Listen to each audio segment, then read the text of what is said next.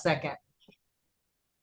Hi, I'm Tammy Ramsey with Music in the Park in American Falls, and I am so excited to have next week's entertainers here on the camera with us today. The Interstate Kings, David and Devon Young, a band of brothers. And so we're going to kind of visit with them and find out some more information about them. So I get y'all all excited about coming on the 17th of July to Music in the Park from 6:15 to 8:30 p.m. And then they're also playing at Pocatello's Revive at 5 from 5:30 to 8:30 p.m. So we're super excited. So guys, hello. How are you? Hey, we're great, Tammy. How's your Fantastic. travels been? I see you fixing brakes on the road and all kinds of things happening. Yeah, we're pretty self-sufficient, and our dad taught us to work on the trucks when we were young, so we just do that for ourselves, even when we're on the road. Carry a toolkit with us. But we're up in Iowa right now, and in a couple days we're gonna start making our way over toward Idaho, and we're really excited. It'll be our debut in the state. Yeah, I am so excited. And I want to say that just let everyone know y'all are right now traveling from Nashville where you have been playing. That's And right. so I want to know, I'm going to kind of skip around. I want to know what brought you to Nashville because you're from Maine, is that correct? That's What, right. what brought you from Nashville? Like, were you guys already playing in Maine? And how did your career all get started? Like, did mom and dad say, "Here, try this instrument out"? Like, what? How did that all happen? Tell me about your Well, life. yeah, so we grew up in rural Maine there, and uh, ever since I was about 13 years old, David started playing guitar, and then he was like, "Oh, I play guitar, Devin, so you got to play drums." So from a ripe young age, we went in together on a drum set, a little beater, and then I played that kit all the way up until a few years ago. But we played all over Maine, New Hampshire, growing up there, playing bars on the weekends all through high school, and then in 2019, David moved down to Nashville, and I was still in Maine, and I was seeing all the awesome things he was doing, seeing the world, um, exploring, and having a grand time. So, uh, about a little over a year ago now, I moved down and joined him. So now we're both got the whole band down in Nashville, doing full time music here, and as of right now, we're about 500 miles into a grand summer tour that will be about a couple months all in all total. So here we are. That is so exciting. And Yeah, I we're so excited to be a part of this. And it was really, happen chance. I walked by a side street and off of Broadway in Nashville and heard David playing, and I got chills on my arms, like the hair stood up on my arms. Yes, I have hairy arms, but it just stood up, and I was just like, oh my gosh, I got to follow that voice. And I walked in, and David, you just kind of you finished your song, and you looked over at me, and you just like, hi, how are you doing? oh Next yeah. thing I know, yeah, next thing I know, we're chatting it up, and you're like, "Hey, we're going to Seattle, and we're doing a tour." And I was like, "Yo, I'm in Idaho." Yeah, it ended up working perfectly, and sometimes that magic happens, out in the world. And I remember I was playing Amarillo by Morning. Yeah, That's the song I was playing, and he came and he said, "I like your voice." I said, "All right, let's put a show together." yeah, Here we yeah. are. We can't wait. It was great. And synchronicity. That's what my husband says when things Yeah. just happen naturally, and it's synchronicity. So tell me about the Nashville community. Like you guys, so my experience there is there, I mean, that's top-notch talent is there. So I know you guys are top-notch talent because you just don't play places down there if you're not. Yeah. So what has your experience been with Nashville, and how often are you playing Nashville when you're there? That's a great question. Nashville is it is I would say the city for musicians and networking as an artist in the United States, probably even the world. Yeah. Um, there's a saying that every guitar player in Nashville was the best guitar player in his hometown. So the caliber of talent is up here, and anytime you're playing in Nashville and you're feeling pretty good about your skills, you're saying, I'm getting pretty good. just go out and see a couple shows. You'll be humbled. It doesn't matter how good you are. There's somebody there that will kick your butt. Uh, it is an amazing, vibrant city to be a part of, and we play there quite often. There's an original music scene. There's a songwriter scene. There's a traveling band scene. Of course, the downtown scene with all the bands down there. And so there are where one city, a smaller city, might have one or two music scenes within it. Nashville's got 15 or 20. There's all kinds of communities, and um, I'm a full-time musician, and singing is what I do for a living.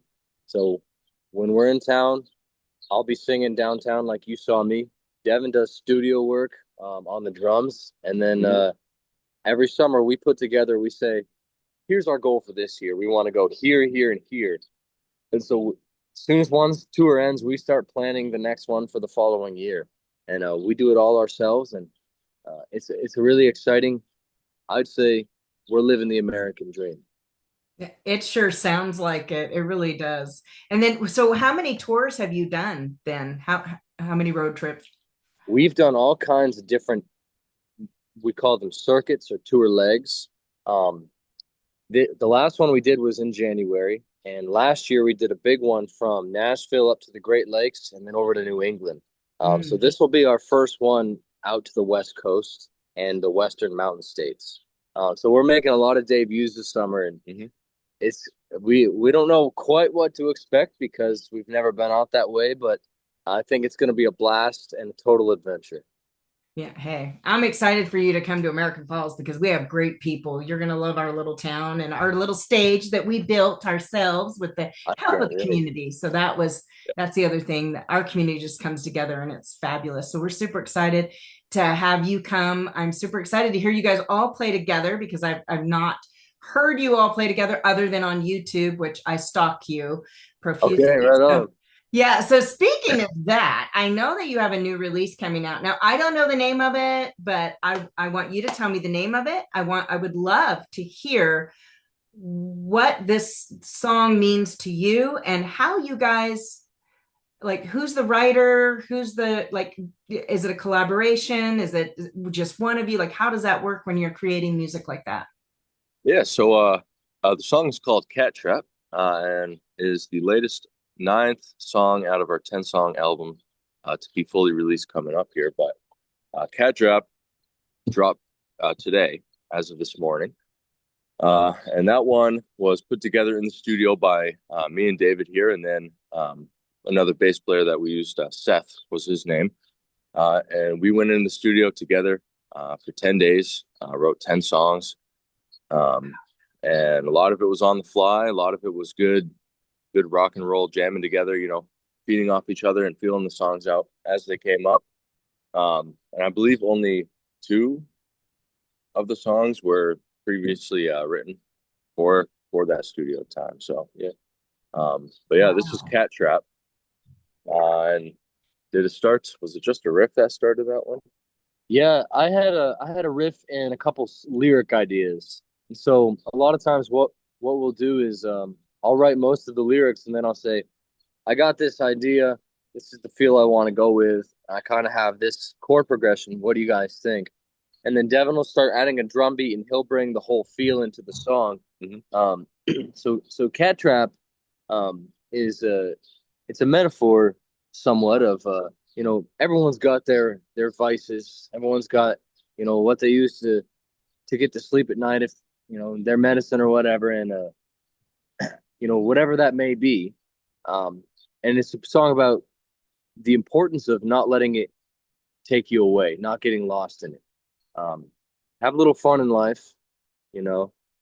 Um, have a little fun with it, but keep your keep your eyes on the prize. So I have this.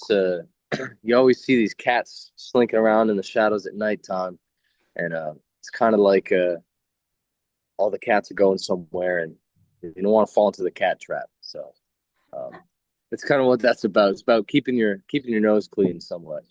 And I like that because especially like as a musician, I mean, it's very easy to get lost in the um, like if you're playing bars of the alcohol, like because people want to buy you drinks, and then you find that you're, maybe you got to get up and drive the next day, so other things start to come into play. Like it's a very scary road that we've seen other musicians go through, and I think that's kind of a blessing, though, if you've seen that, right? Because that's where I don't want to be like that.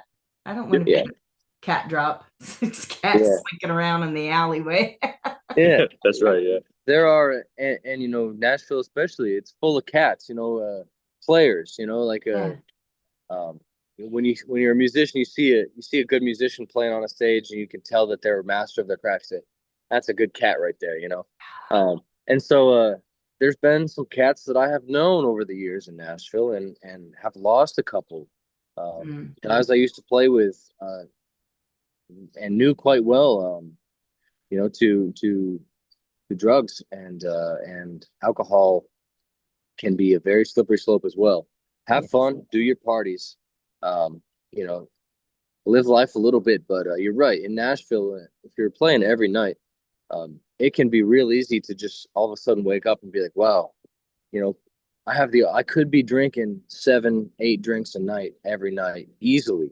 Yeah. And, so you really have to be cognizant of it, be aware, and say, okay, if I want to do this, I want to have longevity in a music business, especially when all the crowd wants to party because you are bringing the party, you're bringing the music. Well, you also have to remember that you can't always be in that world, so you got to really find a balance, and that's kind of what the song is about as a musician. Right. Well, I can't wait to hear it because I think that's it's going to be amazing, and I hope you're going to share that with me. So then I'm going to share that Yes, ma'am. It on. rocks. It's a rocking song. Yeah. Oh yeah. Nice. I like it. So, that's one more question I need to ask you because David, you and I talked, and you'd said that you have like 350 songs in your maybe more in your little backpack of songs, right? Yeah. But that you play to the crowd, and I really respect that, knowing like what people are liking, and you're going to play to that. But so you play all genres of music, but what would you consider your genre for like your personal music that you guys write? Because Yeah. I would consider it Southern rock. We were talking about, I would consider it Southern rock, but I'm old school. So those are the terminology I know. Yeah. I like how you said old school. Right. Yeah. I'm a bit of an old soul, and I say our music is somewhat old school. I mean, we grew up listening to 70s rock and roll. Yep. And but I would say we play good old American music. I So love that.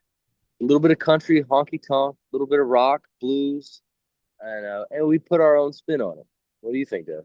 Yeah, I would agree. Yeah. We love to have some good driving, high energy beats. And yeah, definitely very bluesy. A lot of swag. A lot of gusto in it. So we just like to keep the energy up, keep the crowd moving, and then have a lot of fun doing it. So wherever that may be, being a Nashville musician, you kind of have to cover a large array of different genres, and be able to pull that out at any time. So we're no strangers to anything, but yeah, it's going to be a good rock show for sure. Yeah. And let's just last thing, and then we'll close this out. But so you are playing both American Falls and Pocatello. And Mhm. I want to know what those communities can expect from you in those shows. And so if somebody sees you in Pocatello, which by the way, I'm going Wednesday night, Right on. and then they come and see you on Thursday, are they going to see the same show? Are they going to see a different show? What do you think, guys? Great question. Mhm. I say come to both shows. We put together uh, our set list, and I think we have about 7 or 8 hours of music we're going to be doing over the course of this tour. So you might get the real fun grooving songs. You might hear a couple songs, but there's going to be a lot of different songs between the 2 days. So if you come to one show, you're gonna get a whole different experience at the next show, and music that you can sing along to, music you can dance to. We're gonna be upbeat, bringing you country, rock and roll, and blues from all years, from all the way back in the '50s all the way to today.